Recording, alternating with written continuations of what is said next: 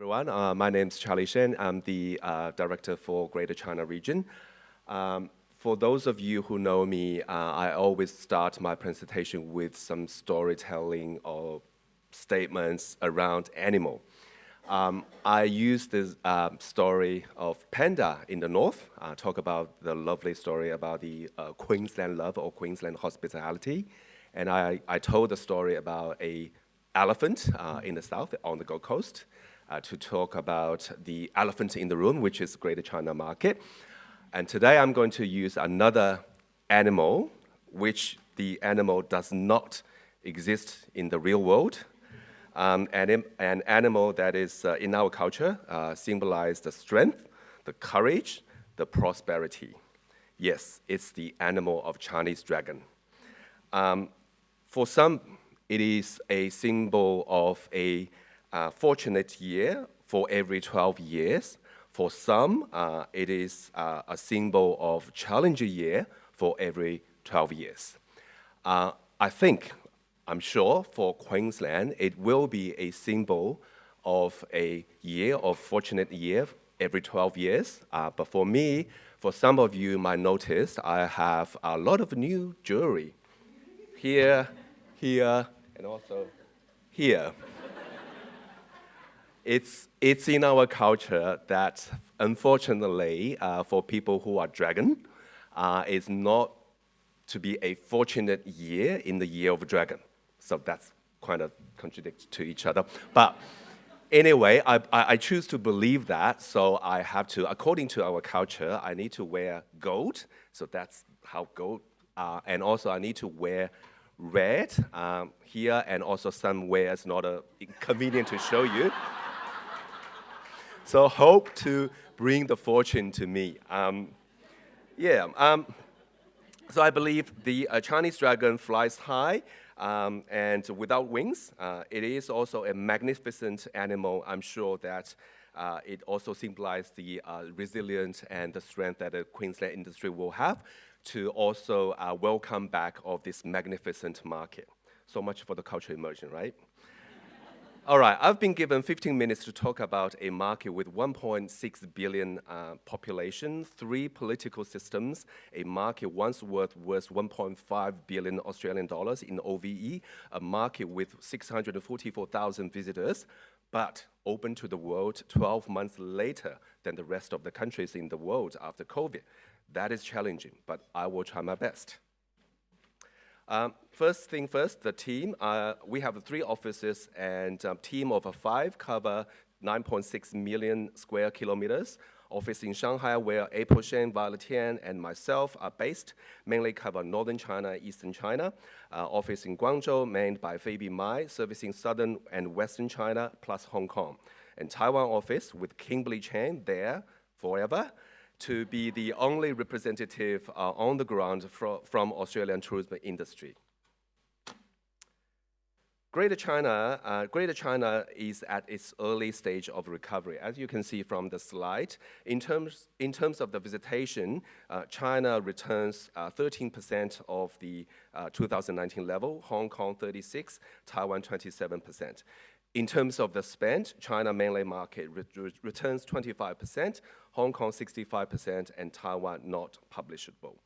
The year-end September 2023 recovery was mainly driven by VFR and education return.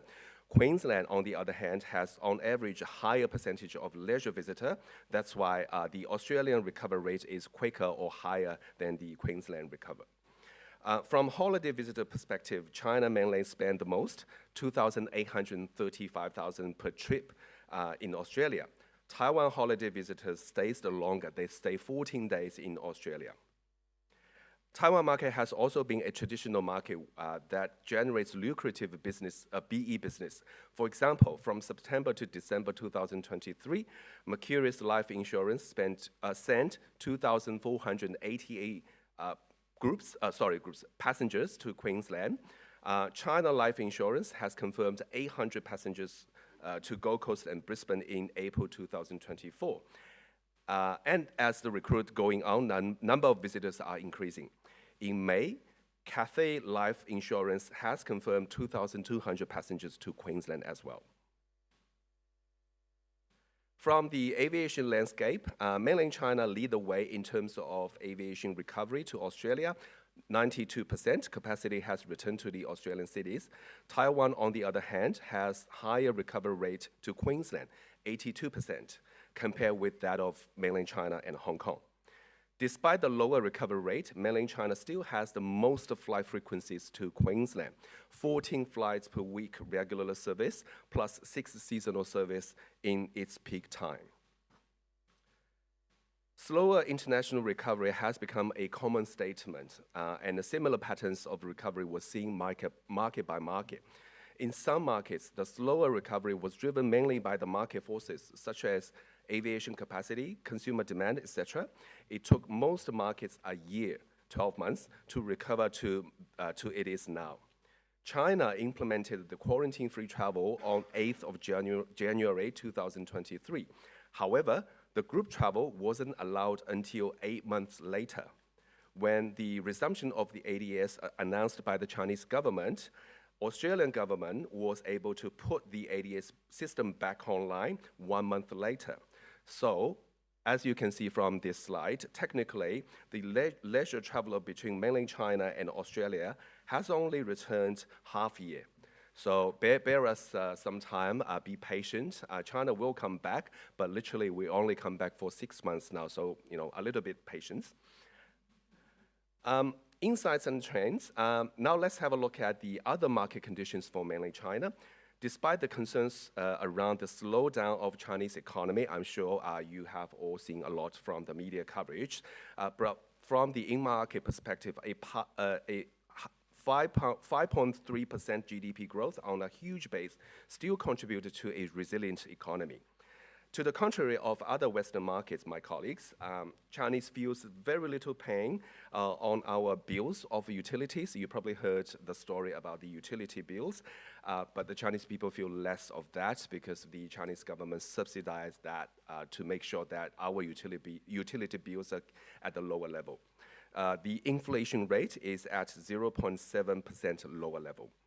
Consumer segments are growing at the two ends. There are growing numbers of consumers who are after extreme value for money, or they are after a high-end premium experiences. This would provide the opportunities for Queensland business who are after either cost leadership strategy or differentiation strategy. From the distribution landscape, distribution partners are recovering in a different paces. OTA, FIT, or smaller groups-focused partners have recovered faster. For example, Trip.com has reported its Australian business exceeds 2019 level already. And according to its recent Chinese New Year performance report, 六人游.com, 租租车.com, who are the FIT or smaller groups specialized platform, they have also reported that both recovered to 70% of its 2019 level. Traditional travel agencies, retailers and wholesalers, recovery rates are varied, ranging from 20% to 50%. Airline direct booking becomes more preferred way by many mainland Chinese carriers. So China Eastern, China Southern are more preferred to do direct conversion on their platform. Some Taiwanese airlines, on the other hand, are inclined towards traditional wholesalers distribution. Greater China is a huge market with various market specifics. TEQ has developed a strategic approach to identify, evaluate, manage, and track performance of the selected distribution partners. What we call is Queensland Key Distribution Partner Matrix. There are 75 partners in 5 categories and 3 priorities. These partners account for 75% of total leisure visitation from Greater China before COVID to Queensland.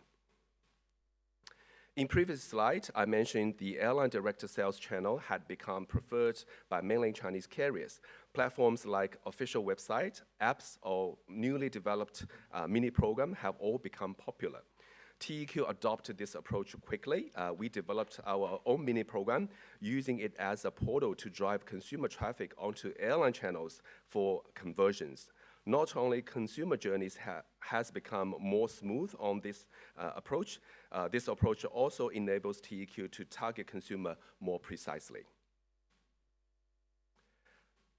We haven't, although the direct sales channels are more preferred way by the Chinese carriers, we haven't walked away from our traditional travel distribution partners. They are the base of the airline volume business. Some campaigns, for example, and some campaign examples and target numbers of the bookings. Just name a few. China Southern Airlines, we are working with the traditional partners such as GZL, New Star, King's Tour, Guangzhou Comfort. These are the traditional wholesalers and retailers. Collectively, we are targeting to generate 12,000 bookings for China Southern campaigns alone, and the campaigns is ongoing at the moment.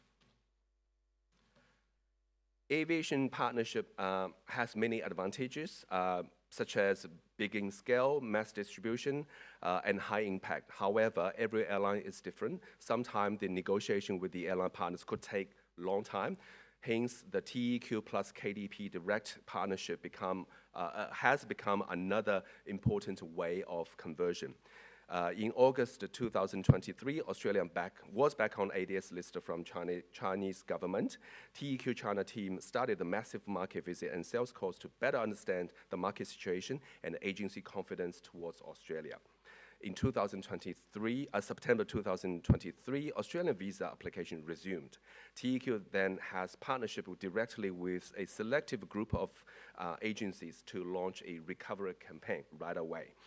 Those campaigns were targeting 5,648 passenger bookings with the collective investment of 200,000 Australian dollars collectively with our RTO partners. The target ROI was 35-1. All campaigns will conclude by 30th of April 2024. Some examples, creative examples of those campaigns in mainland China and Taiwan and Hong Kong. We have touched on the KDP matrix, which is TEQ's key strategy in distribution management in Greater China. When it comes to social media, TEQ has also developed a matrix to better reach our target segments. For those of you who have worked in China market on social, you would agree with me that the Chinese social media platforms are siloed. They are targeting the different specific group of consumers, and they are not talking to each other. Hence, in order to reach all segments that we are targeting, we need to have a system that enables TEQ's social media to positioning clearly with the specific goals. This slide shows 3 major TEQ official social accounts, interact and supported by 3 external platforms. As of last week, TEQ's red, which is on the left-hand side, far left-hand side, the red, Xiaohongshu, becomes very popular. As of last week, TEQ has elevated the Xiaohongshu to be our 4th official social account. To manage Chinese social accounts is not something that every Queensland business is capable of doing, but there's a way you can be part of it, actually be big part of it, is to generate good content. Here are 2 examples that tourism products generate good contents and were very well received by TEQ's social media audiences.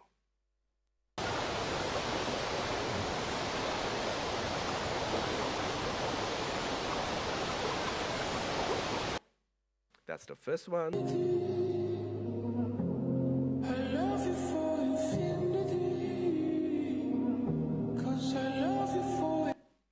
Because the social media, especially for those short video platforms, are very crowded and noisy platforms. So these 2 short videos appeared at the right time when people feel so crowded, noisy.